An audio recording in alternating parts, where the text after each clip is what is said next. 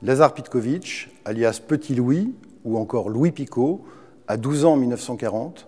Le 16 juillet 1942 a lieu à Paris la grande rafle du Veldiv. Le jeune Lazar Petković, avec ses parents et sa petite sœur, sont arrêtés par la police française et internés dans ce fameux vélodrome d'hiver. Le jeune Lazar obtient l'autorisation de s'échapper s'il le peut, et c'est ce qu'il va faire après avoir arraché son étoile jaune de sa poitrine, à se glisser à l'extérieur du vélodrome d'hiver. Il va trouver refuge chez les parents d'un camarade de classe qui vont l'héberger quelques jours et qui vont lui permettre de rejoindre la zone sud et en particulier la ville de Lyon.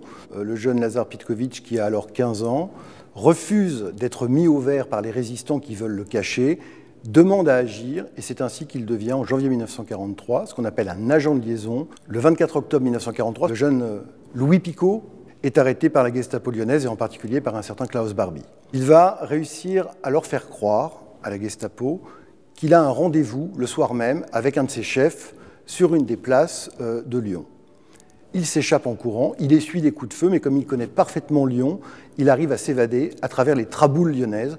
Mais ensuite, comme il est parfaitement identifié, brûlé, comme on dit dans le langage de la résistance, son mouvement l'envoie à Paris, où il devient à nouveau agent de liaison. Et à la fin du mois de janvier 1943, il est arrêté une troisième fois, cette fois-ci par la milice française. Il est destiné à être déporté. Et de la prison de Moulins, il est emmené en train jusqu'à la gare de Lyon, où il doit changer de train pour être déporté. Et une troisième fois, il parvient à échapper à la police allemande. C'est donc la troisième et dernière évasion de Lazar Petković. Après la libération de Paris, le jeune Lazar, qui n'a que 16 ans, retourne à l'école.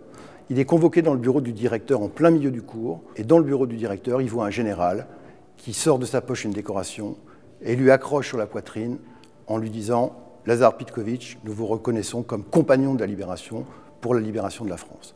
Et un peu honteux, ayant peur que ses camarades se moquent, il enlève prudemment la décoration, la met dans sa poche avant de retourner dans sa classe.